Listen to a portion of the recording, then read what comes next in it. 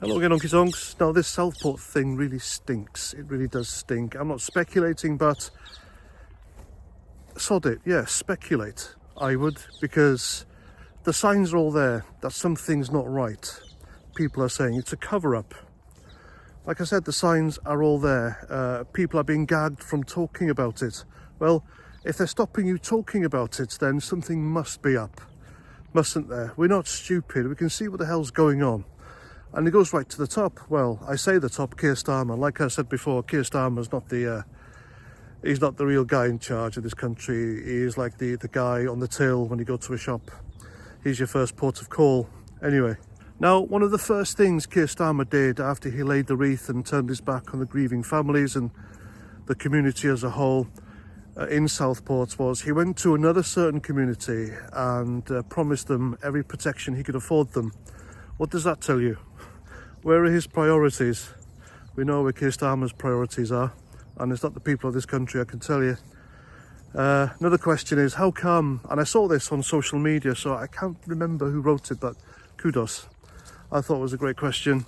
How come you can compromise the Southport killer's trial by calling him an Islamic terrorist, but you won't compromise it by calling him a Welsh Christian? The guy was about as Welsh as Vinnie Jones, if you ask me. And Welsh Christians, they don't have rice in their homes.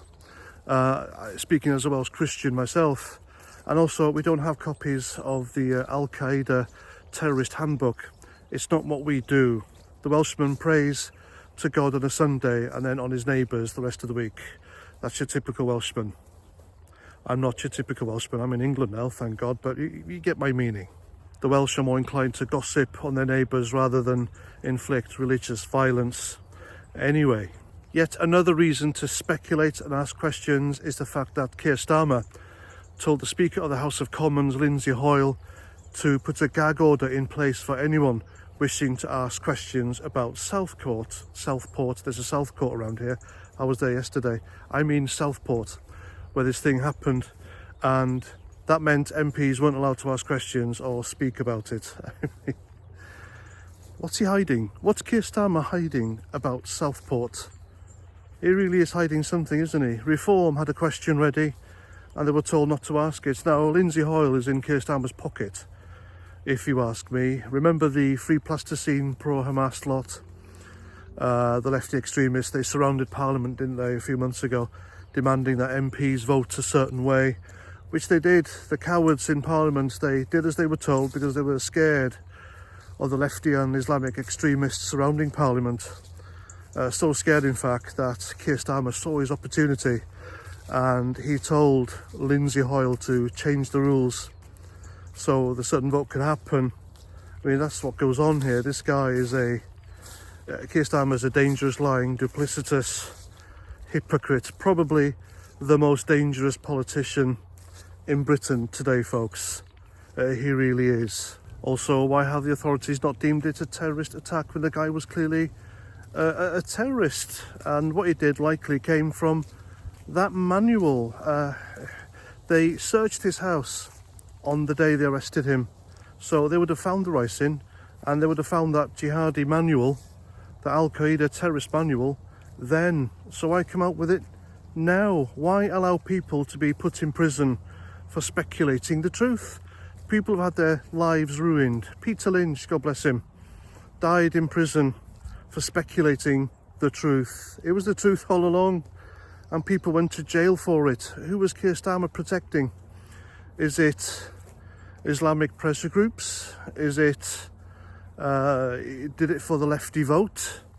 Is it for his own warped socialist, anti-British ideology? Whatever the reason, we're not being told. Whatever the reason, we're being lied to, and whatever the reason, people are being gagged from talking about it, which tells me something is very, very wrong.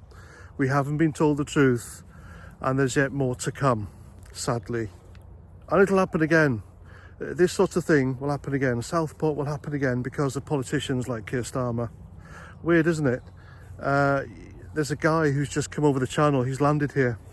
He's the lad, the TikTok sensation with the tattoo of the AK-47 or 74 on his face who said he's coming here to unalive Nigel Farage. Well, he's made it here and authorities have detained him. He was escorted here by the French Coast Guard authorities. Now imagine this guy said, right, I'm coming over to unalive Diane Abbott or David Lammy or Keir Starmer. He wouldn't have made it across the channel. He'd have been held by Macron, especially in France, because, you know, he's targeting the wrong people. But because he's targeting Nigel Farage, he was escorted and given a welcome. He'll be deemed not a threat. He'll be given a house and benefits, top of the NHS waiting list. You know what it's like, folks. It's the truth. That is the truth, and that's what people are fed up with. That's what people were protesting about all those months. Protests which were marred by people who used it to cause violence and attack the police. That's what happened. It's a great shame, isn't it? But there we go. Expect more to come about the Southport thing. Expect more gagging orders. Maybe people going to jail, maybe me, for making this video, for asking questions. Difficult questions which need to be asked. And if I can't ask them, where the hell is my freedom of speech? My free speech is a God-given right. If you don't have free speech in this country, then you don't have democracy. Free speech is one of the most important cogs in the wheel of democracy. Folks, you know that, and they're coming for it. I think that's the end game here. Take away our free speech. And after that, anything goes. Really, sadly. And that's that. That's my video. What do you reckon? Let me know in the comments. And I'll see you at the next one. Take care, and Roger Trout.